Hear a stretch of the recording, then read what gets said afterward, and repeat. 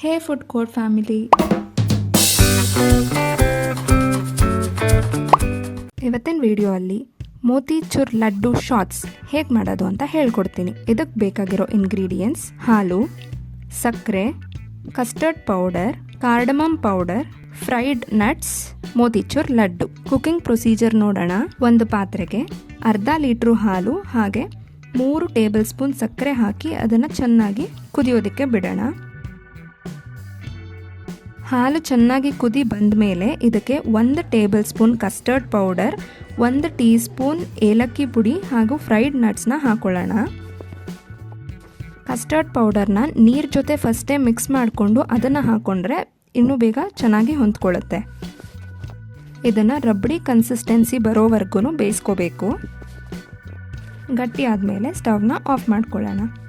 ಒಂದು ಬೌಲಲ್ಲಿ ಮೋತಿಚೂರ್ ಲಡ್ಡುನ ಪುಡಿ ಮಾಡಿ ಇಟ್ಕೊಳ್ಳೋಣ. ಒಂದು ಗ್ಲಾಸ್ಗೆ 1 ಲೇಯರ್ ಮೋತಿಚೂರ್ ಲಡ್ಡು, 1 ಲೇಯರ್ ರಬ್ಬಡಿ. ಹೀಗೆ ಈ ಸ್ಟೆಪ್ನ ಇನ್ನೊಂದು ಸಲ ರಿಪೀಟ್ ಮಾಡಬೇಕು. ಲೇಯರಿಂಗ್ ಆದಮೇಲೆ ನಿಮ್ಗಿಷ್ಟ ಇರೋವಂಥ ನಟ್ಸ್ನ ಹಾಕಿ ಡೆಕೋರೇಟ್ ಮಾಡ್ಕೋಬೋದು. ಬಾಯಲ್ಲಿಟ್ಟರೆ ಹಾಗೆ ಕರ್ಗೋ ಅಂಥ ಮೋತಿಚೂರ್ ಲಡ್ಡು ಶಾಟ್ಸ್ ರೆಡಿ. ತುಂಬ ಸುಲಭವಾಗಿರೋ ರೆಸಿಪಿ ಇದು.